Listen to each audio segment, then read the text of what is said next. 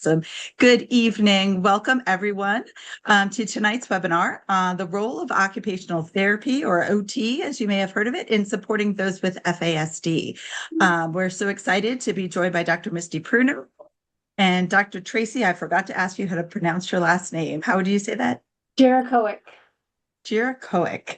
And they are both from the University of Washington in Seattle, and we're excited to have them here. Before they get started, I just want to do a couple intro slides for those of you who are new to Formed Families Forward, who have not had the pleasure of being at one of our webinars before. We are a family-led resource center in Northern Virginia, and we support foster, adoptive, and kinship families who are raising children, youth, and young adults with specialized needs. The services that we provide to caregivers and professionals are all free of charge. We have free trainings. We will do one-on-one consultations with families. We hold some events. We have a great online resource directory that people are able to search through for different providers. We also offer peer support groups. We do virtual trainings, webinars, and we are also a family partner to the Virginia Tiered Systems of Support, or VTSS. Some of you might know it as MTSS, so we are the voice of family engagement on that project with the VDOE. If you are joining us live this evening, you can get a certificate of attendance if needed. Kelly is going to drop into the chat the email for our administrative specialist, Veronica Ferris, and she is the one you will email. We do not send those certificates automatically, so please be sure that you reach out to her if you need a certificate. You are here today for the third in our FASD Winter Webinar Series. We have one more left next week, and we hope you join us for that as well. That is going to be on FASD Virginia, a new resource that we have for families, and Kelly Henderson and I will be presenting that one.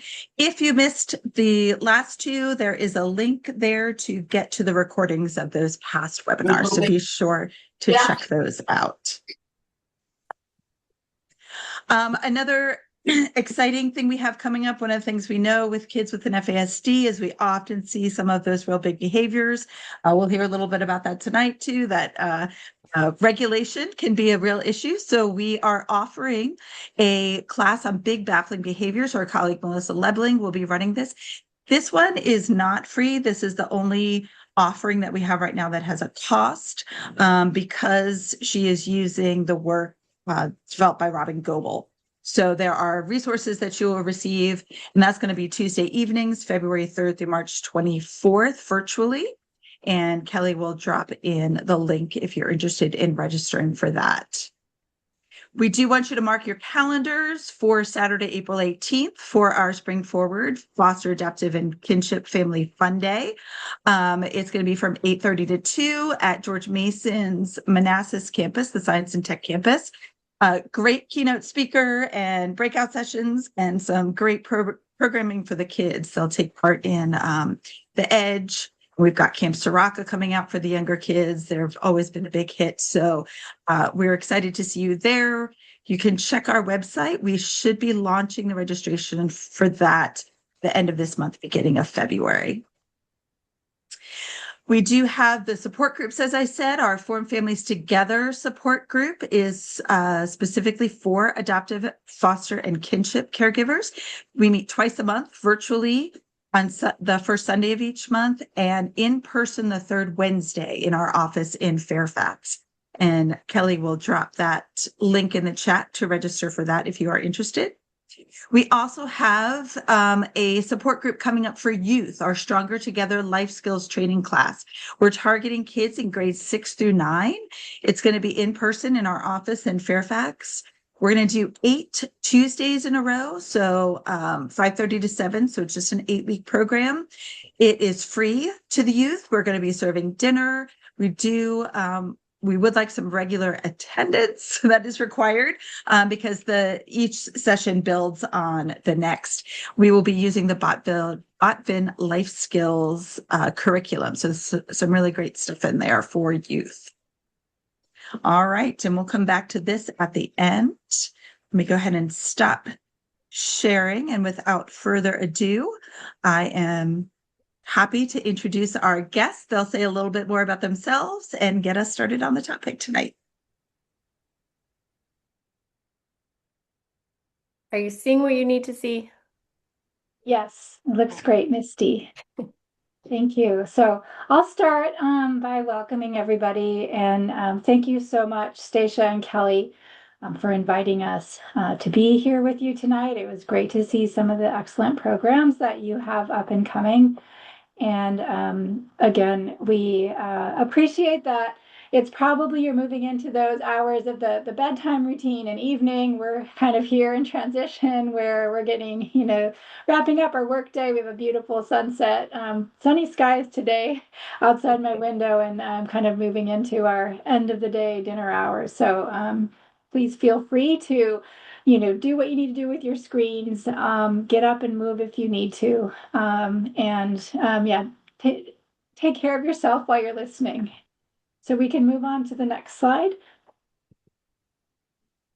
So I am Tracy Jirikowic, and I'm an occupational therapist. I've been an occupational therapist now for just about 30 years, and I have been working at the fetal alcohol spectrum disorder diagnostic and prevention network clinic at the University of Washington for over 25 years. So I've been doing this a while and doing that alongside of other clinical research and teaching activities. And so right now my primary role is I'm a professor at the University of Washington in the occupational therapy division. So most of my work is teaching and administration, and I do a little bit of clinical work and job share that with Misty, and then really have focused on research for school age children with FASD and now infants and toddlers along with Misty. And for me, I'm doing a lot of clinical work these days. I am working in the child development clinic. It's a diagnostic clinic for kids with big diagnostic questions or families with big diagnostic questions. I'm also in the FAS DPN, so I'm in the FAS diagnostic clinic. Um, and I feel like that's my clinical work is really what drives my research work and also like really fills my bucket. I love my time with families. But in my research work, along with Tracy, we co-developed an early intervention for littles with prenatal alcohol exposure. So it's like we're testing it right now. We're testing it in the community in an early intervention site. I can talk all about that at another time, but it's really exciting and initial feedback is positive. So um, I think that's all I have. Let's see. So we have 4 objectives that we want to focus on tonight, and our goals are to help you learn more about OT and how OT can support individuals with FASD and their families. And then we're going to share how OT can work with people at different age levels. Primarily, we're doing young children through youth this evening, and Misty's going to share some case examples with you and some narratives there. And then talk a little bit more about some interventions that support daily living and participation. Again, that's a big part of what we do, and how to find OTs that are a good fit for you and your family and your communities. So we'll start with number 1, and Misty's going to take over from here. Okay. So this is like the more formal global definition of OT, but OT is really focused on supporting individuals, families, sometimes like larger people in the community. We really aim to increase functional participation and engagement in meaningful activities. This is what's really important and which is like at the heart of what OT does. We see people all across the lifespan, from newborns into aging adults. Um, we really try to do OT in places that are natural context. So, like where people are living and moving and doing the things that they love, that's where I feel like OT is served best or does its best job. And why? It's really to help people do what Put anything in there. oh, um, I to help people do what they need and what they want to do. And really thinking with families about addressing barriers to meaningful activities. Okay, so that was the formal definition, but here's the Misty elevator pitch. This is kind of more specific to what I do. Um, so in the work that I do, which is mostly diagnostic, OT means learning about how a child is doing in a few areas. So first, I really like to learn about fine motor coordination, which is how our eyes and our hands work together to get the jobs done that kids need to do. So this includes jobs they have at school. That's one of their occupations. So that might be cutting and coloring and drawing, writing, keyboarding. It also might mean managing their personal belongings, their coat, their backpack, their locker. And then I also really like to think about how are they doing at recess if they're young enough to be still having recess. Are they keeping up with their peers? Are they able to join that four-square game? How are they managing the playground? So it's a little bit more than fine motor. Also, OTs are really good about learning about sensory processing. So thinking about, are there any differences, sensory icks or sensory joys that might be getting in the way for them, like getting in the way of participation in whatever their occupations are. So I like to learn about sensory sensitivities. Auditory and touch are big ones, but children and teens can also be sensitive to visual input, like bright clothing, logos on their shirts, a crowded space. I ask about sensory seeking behaviors. These tend to fall, more on the movement side, so squirming in your seat, falling out of your chair, doing dive rolls just because. Also the deep pressure, so crashing into furniture, crashing into parents, those kids that give you the hard high fives, those are my favorite. Also, some sensory seeking can be about noise making. So those are the chatty ones, the noise makers, the ones that really hum or like to make interesting sounds. And what I have learned through this whole journey of being an OT is that many children with neurodevelopmental differences, including those with FASD, they're not receiving adequate or accurate information to their sensory systems, and they require this like excessive input to regulate. Hence, we have the movers and shakers in our world. A third area I like to learn about is adaptive skills. It's often self-care, so thinking about dressing and grooming, eating, sleep, toileting. I like to know what their participation looks like, how independent they are, how much can they do on their own, and how much do they look to a parent for help.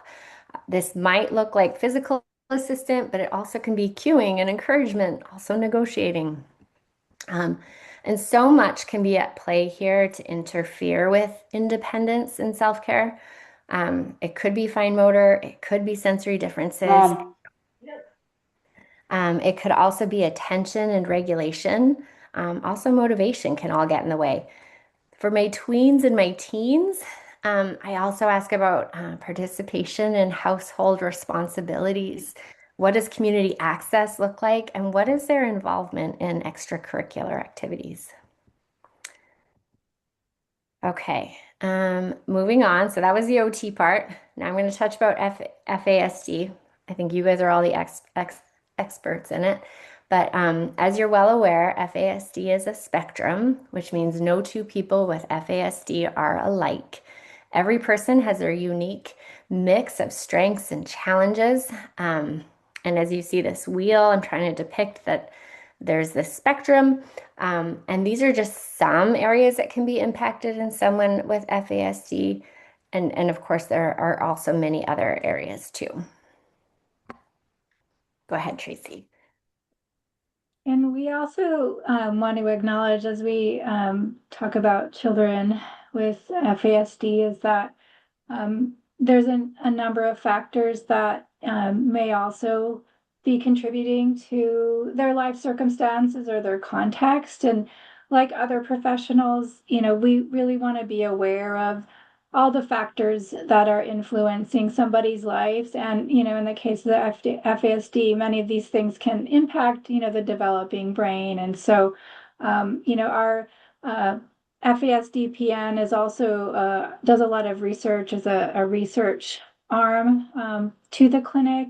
And so, we've seen thousands of patients, and Dr. Hemingway, who is our director, has done a lot of descriptive research on the backgrounds and, what other things are going on in the lives of children and individuals. And again, I think this is not a surprise, but, there are high rates of other exposures to be thinking about. And then environmental factors like multiple home placements or out of home placements that may not be stable, and then other factors like neglect, and these all contribute together to impact the development and daily life participation, and also speaks to the need to look at and work with a trauma-informed lens, and Misty will speak to that in a moment.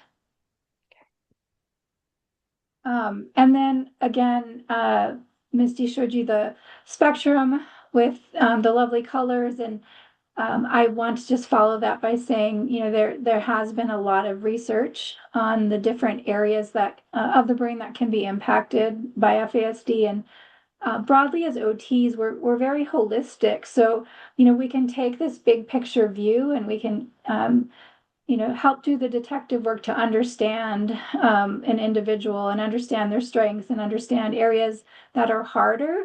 And when you look at all these, the domains, learning and memory, behavior regulation, sensory processing, etc., there isn't a single pattern per se that we can predict. But again, OTs may take a strong role in focusing on some of these areas and supporting, like sensory processing, like behavior regulation. But this is where we also like to point out, we work closely with other team members like speech language therapists, like psychologists. And so, the team will look at many of these areas together, and some of those professionals will take a stronger focus on supporting language and communication, such as the speech language pathologist, or on the cognition and intellectual function with the psychologist on our team. So again, just wanted to offer another depiction of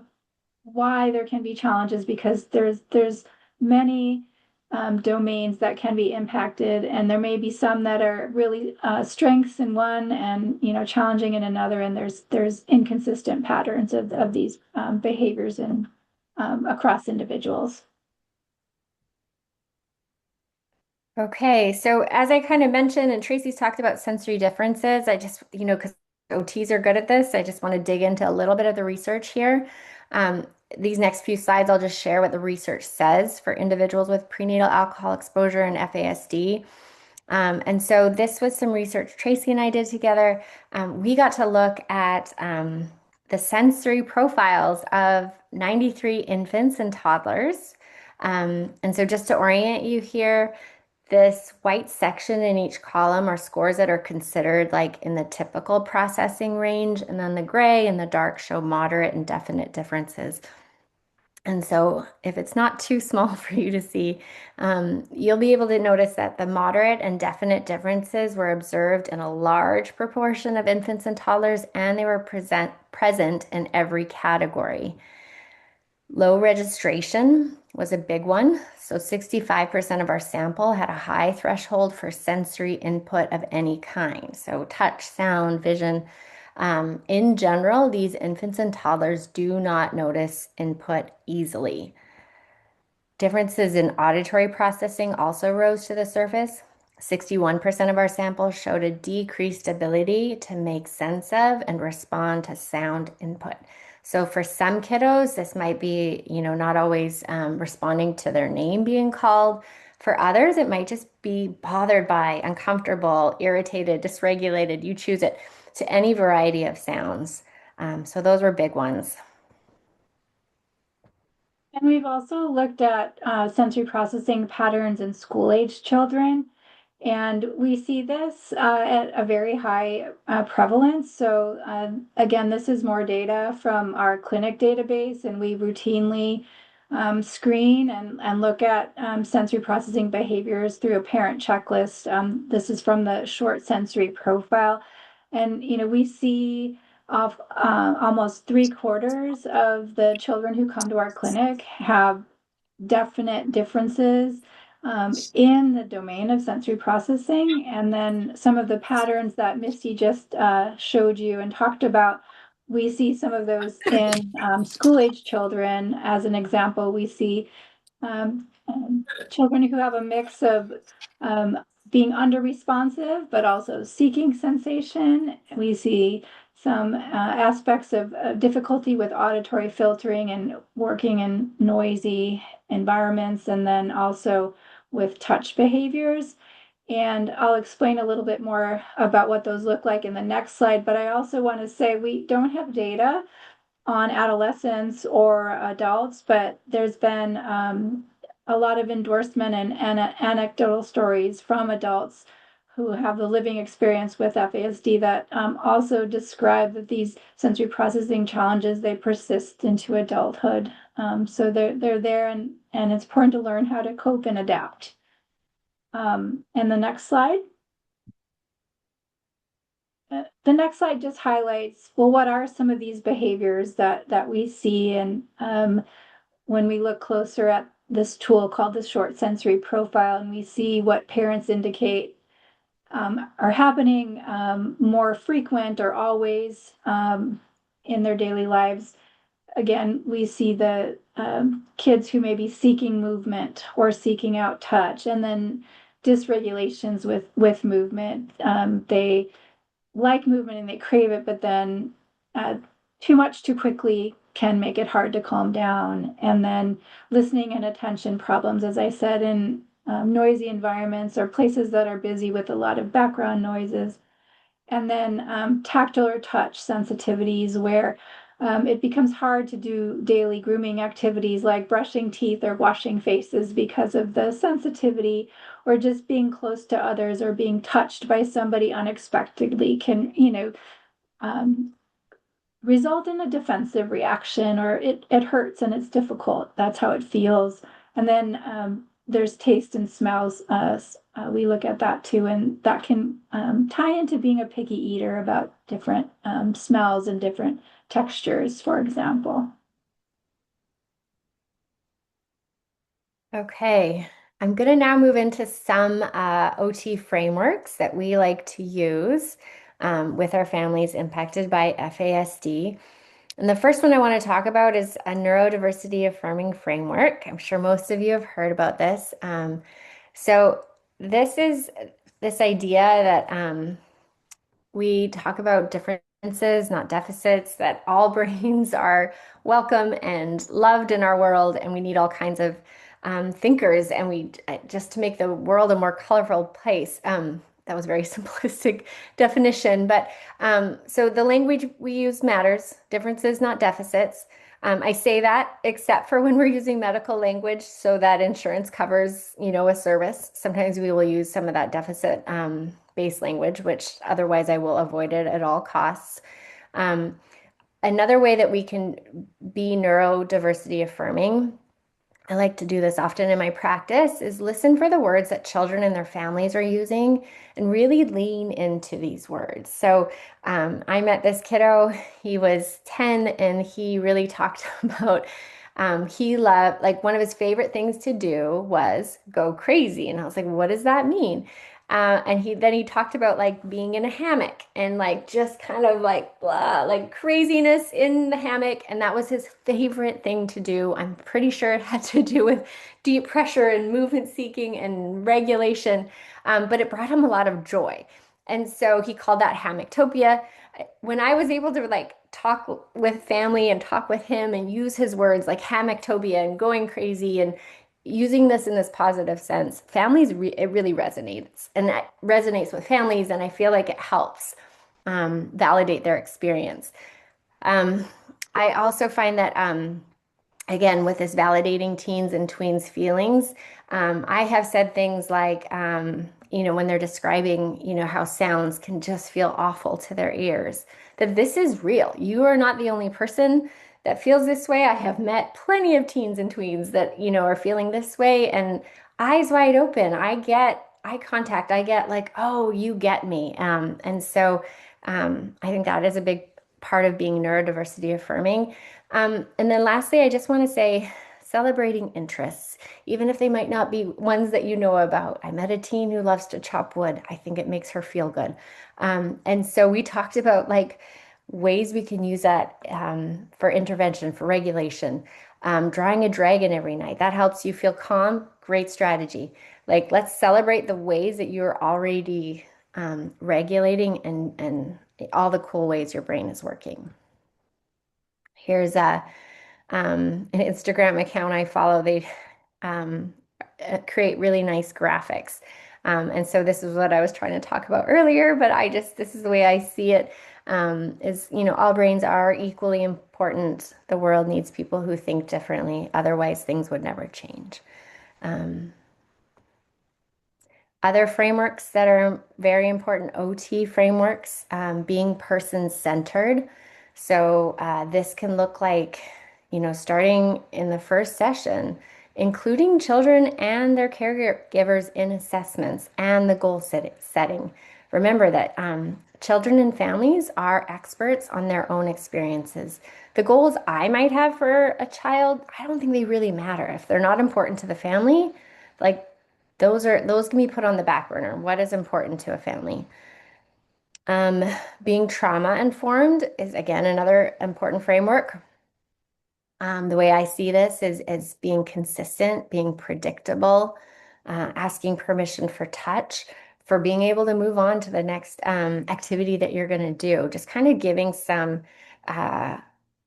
asking for permission, giving like ownership of an autonomy in the session. I feel like that can be helpful. There are many other ways to be trauma informed.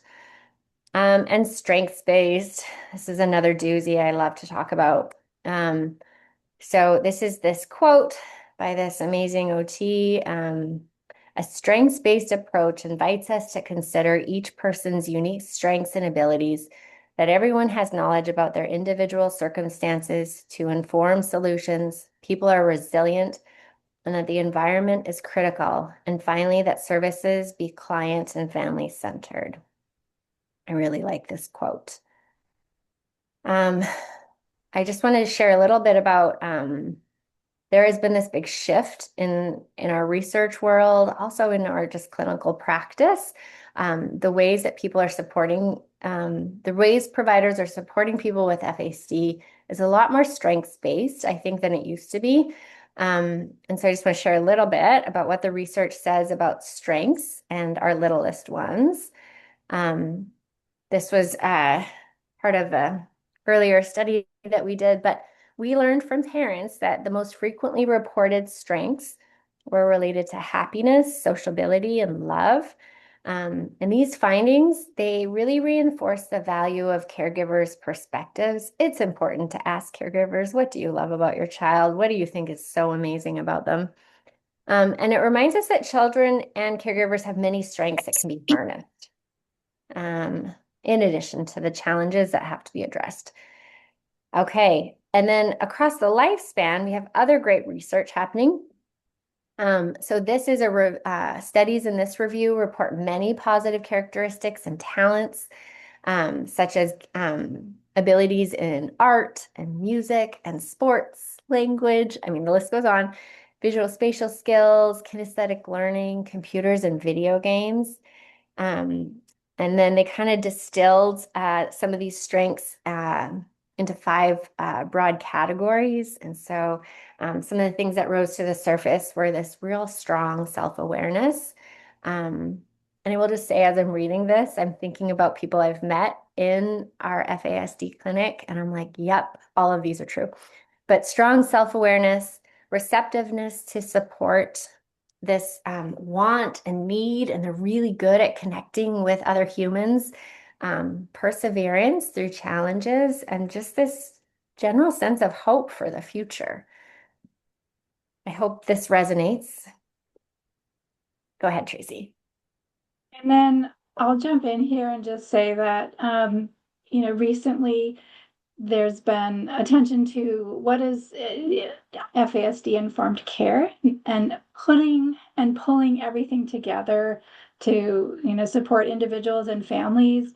And I'm not going to go into detail about this model, but Misty and our colleague, Dr. Heather Carmichael Olson, really took a lead on putting this all together and thinking about what are all the things that we want to do besides, real individualized treatment, sort of some North Stars for providing comprehensive care. And we know there isn't just a single intervention that is going to necessarily be the thing that supports an individual or families. It's going to be approaches that sort of wrap and consider all of these different factors together, like early intervention, like strengths that Misty just talked about, finding developmentally appropriate interventions, supporting relationships, providing trauma-informed care.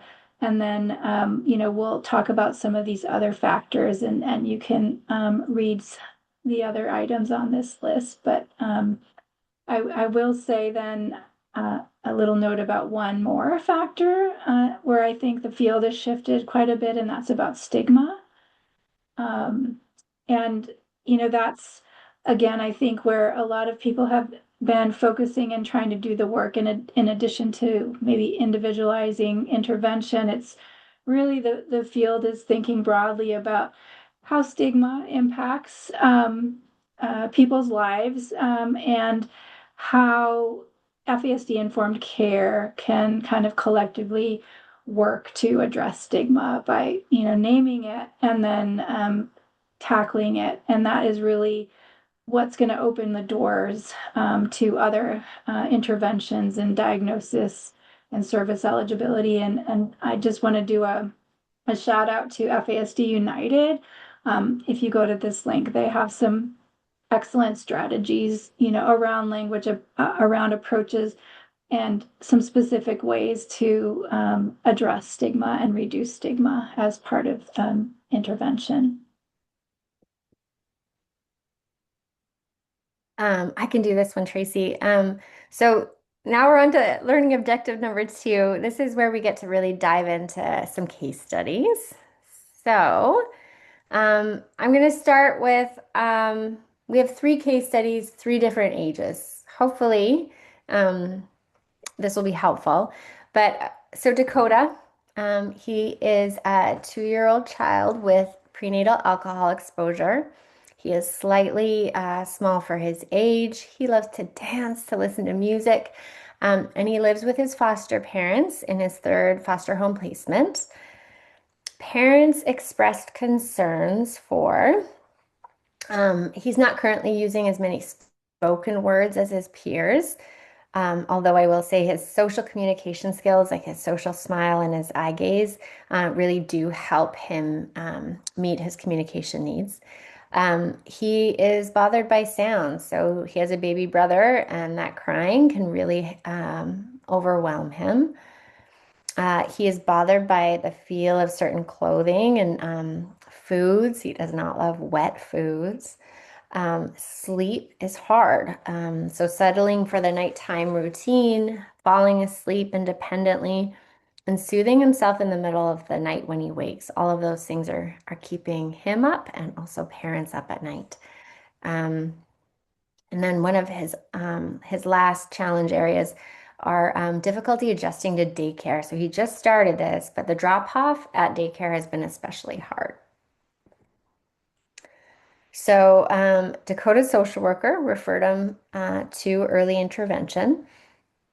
And he also for an FASD diagnostic evaluation because of his known prenatal alcohol exposure and also because he's having developmental concerns, or parents have developmental concerns.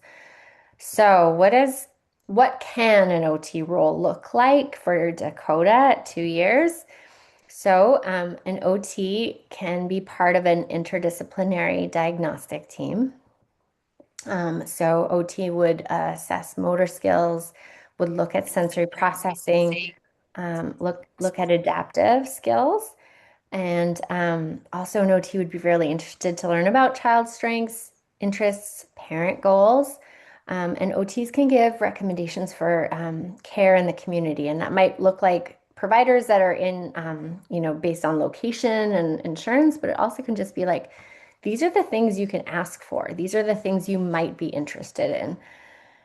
An OT in the community, would be really, for this kiddo, would be really good to be using a relationship-based, trauma-informed approach. He's had 3 home placements in his short little life.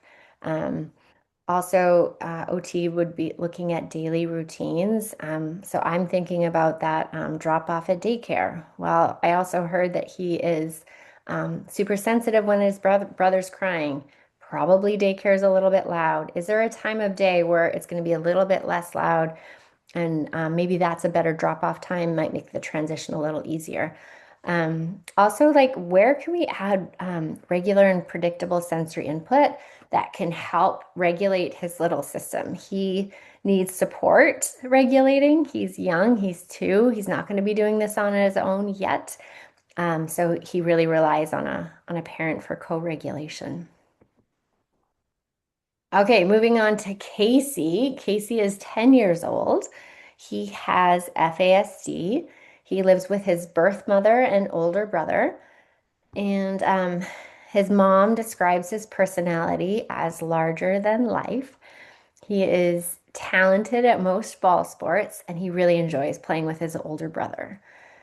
Casey's mother feels stressed and exhausted, and is really concerned about his level of independence with grooming and dressing tasks, as well as his ability to regulate his emotions.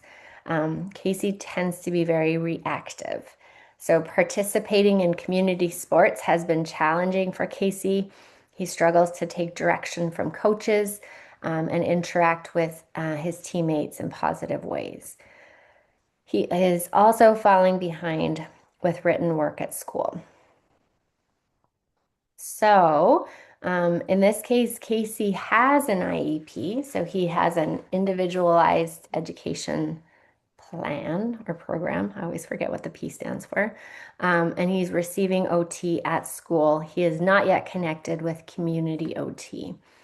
So some school-based OT roles would include, evaluating for fine motor skills, because we heard about, written communication at school is hard, sensory processing, and also what about executive functioning skills? So these are the, following instructions and managing transitions, participating in routines. How do those go for him? OT can interview the teacher. I really love to learn about the teacher and their thoughts on child strengths, but also child challenges. And also just like, what are the child's strengths and interests and goals? School-based OT intervention, it can be both direct and indirect. We could be thinking about accommodations for the classroom. So this could be environmental accommodations. I'm just thinking about like sound and touch and like how busy is that space. But also it could just be those, asking for a break when I need it, or what other accommodations will be helpful for his learning? Maybe changing expectations at certain times a day. Teaching sensory breaks and strategies. Tracy's going to talk about this in a little bit. Support for organization, visual schedules. Probably many of you already know this. And then this is one I've been trying on for size and really like pushing out to community OTs. So what about working with teacher and classmates to promote understanding and acceptance of students with different brain styles? Let's share about supports that some students need to be happy and successful. And this could just be about having conversations, and it could just be about tackling moments as they're happening. Also, like bringing books, neurodiversity affirming books with characters that might look like Casey or other kids in the class. I think those things can be helpful, and I feel like OT can do this work. Other professions can too. Okay, Sarah. So Sarah is a 16-year-old adolescent with FASD. She lives with her adoptive family. She's been there at this home for the past 6 years. She has a really close relationship with them. They are very supportive. She especially loves her grandmother, and notices that after talking with her grandma, she finds that it's helpful for reducing her stress and helping with problem solving. Sarah's also really a good swimmer. She loves to create art. Okay. So what are parents' primary concerns? Attention at school can be varied. When she's doing something she likes, a subject she enjoys, that usually goes well. Attention reduces with subjects that are harder. There's decreased initiation in household responsibilities. Hygiene, she needs a little bit of cueing and encouragement. Take that shower after, well, maybe not after swim, but whatever it is. And then impulsivity, and sometimes showing poor judgment in the community, especially when she's with friends. So Sarah receives OT in the community, and a potential OT role in the community. Again, with this evaluation, you'll see some repeating patterns here.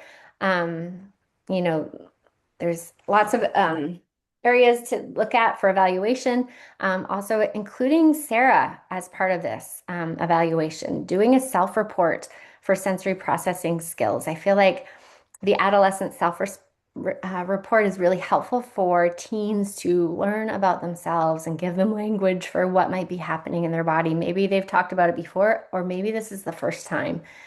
And then intervention. So, these are just some ideas that came to my head here. Following her lead, she loves art. So thinking about an art class, thinking about that art class with that really strong adult mentorship. Who are the peers in that class, and like how can we create some more positive peer experiences? Working on self-advocacy skills. She's 16. So I would love it if she could be asking teachers at school for more time when she needs it.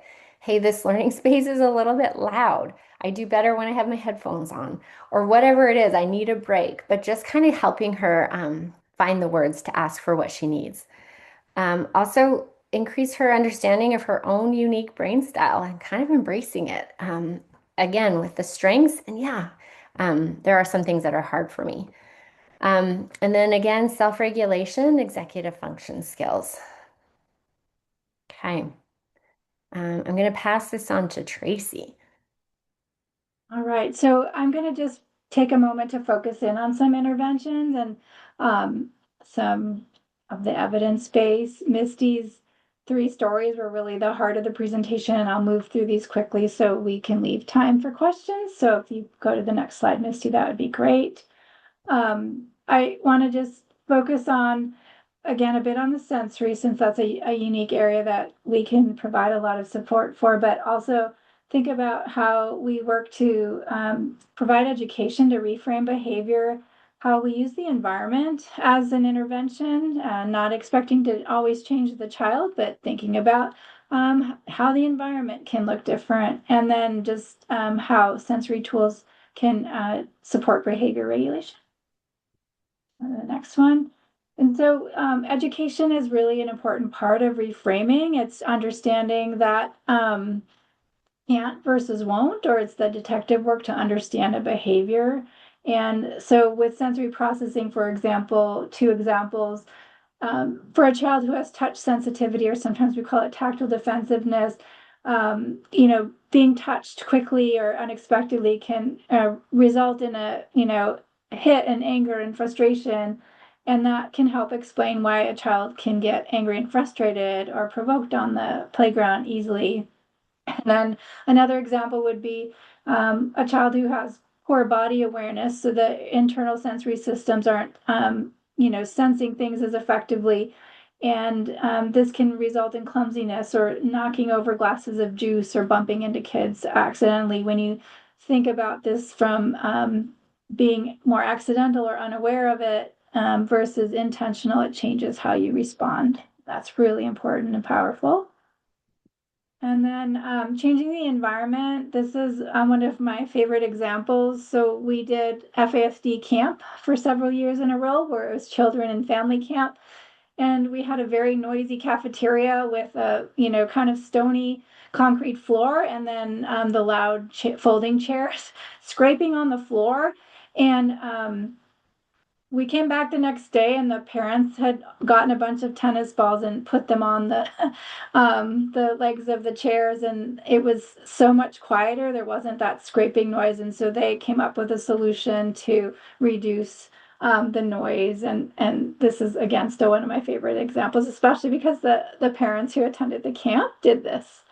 Um, and then sensory stories. So Misty talked about how we look at routines and how we try to adapt routines and add structure, sensory supports or visual supports. And so this is just a version of social stories, but it adds a sensory element. So this is toothbrushing. Toothbrushing is very oral, very tactile. It can be difficult for that reason because of sensitivity. So there's an idea that you could build a routine for a school-age child to use deep pressure or these sensory strategies that Misty discussed.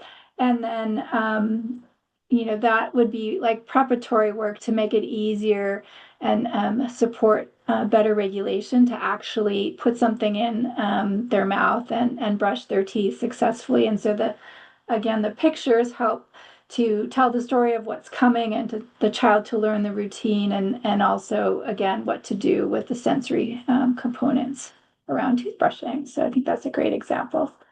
And then, self-regulation, we can focus on that. And there's two curricula sometimes that we work with. There's lots of ways you can address self-regulation, but one that OTs use or that we recommend from our clinic is the zones of regulation. And it's, thinking about behavioral states as, being, calm in the blue, or, kind of more frustrated or high energy in the red. And then green is more of this, more optimal state of readiness. And then this curriculum matches feelings in those areas. And sometimes this is done individually, it can be done in groups. This has even been implemented school-wide in some schools in this area.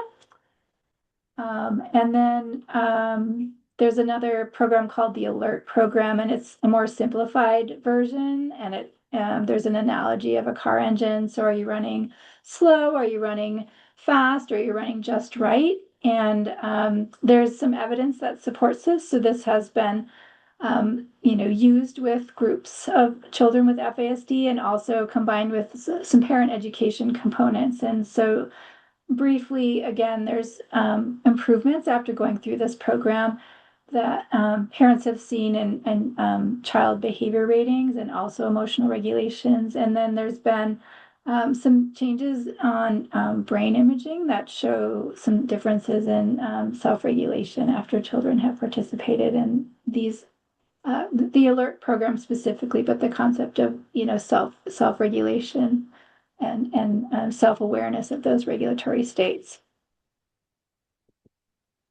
And then I'll say another area that we may work on is social interaction and social skills.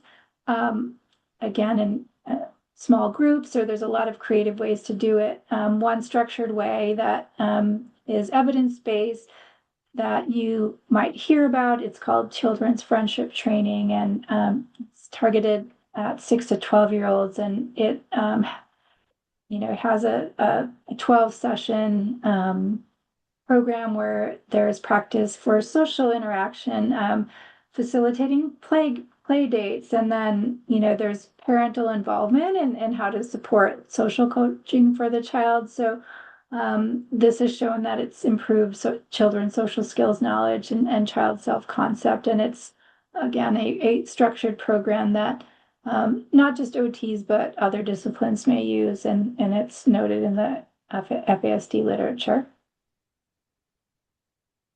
And access to some of these great evidence-based programs isn't always available. And so I like to think about, what do we do in the meantime? Or, maybe this is a go-to, like a good way to go. I really think about community participation. So what does my child like to do? What are the activities available in the community that are affordable, that are located close to me? They can find their people. They can find their people who like the same things.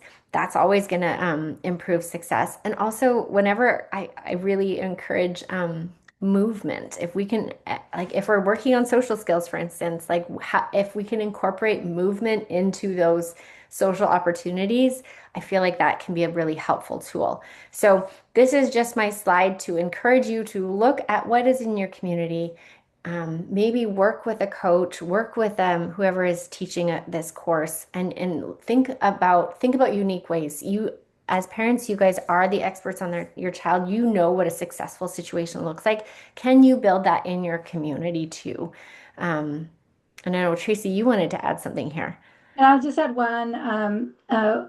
A lot of some of the work that I also do and other OTs in the community, they've been consulting with community organizations and developing and supporting programs that are sensory friendly or relaxed, or they are inclusive or adaptive. And those are some words to look for if you want to go into an environment where there might be some more flexible expectations for behavior. And a lot of families have found that helpful, to go out into the community, to the theater, to go to like a, science museum, or those places that can get busy and highly stimulating. And those are some words that signal they have some extra supports available and maybe some more staff trained to support children with a wide range of abilities. And so you can always go to websites and look for those kinds of words for programming or ask.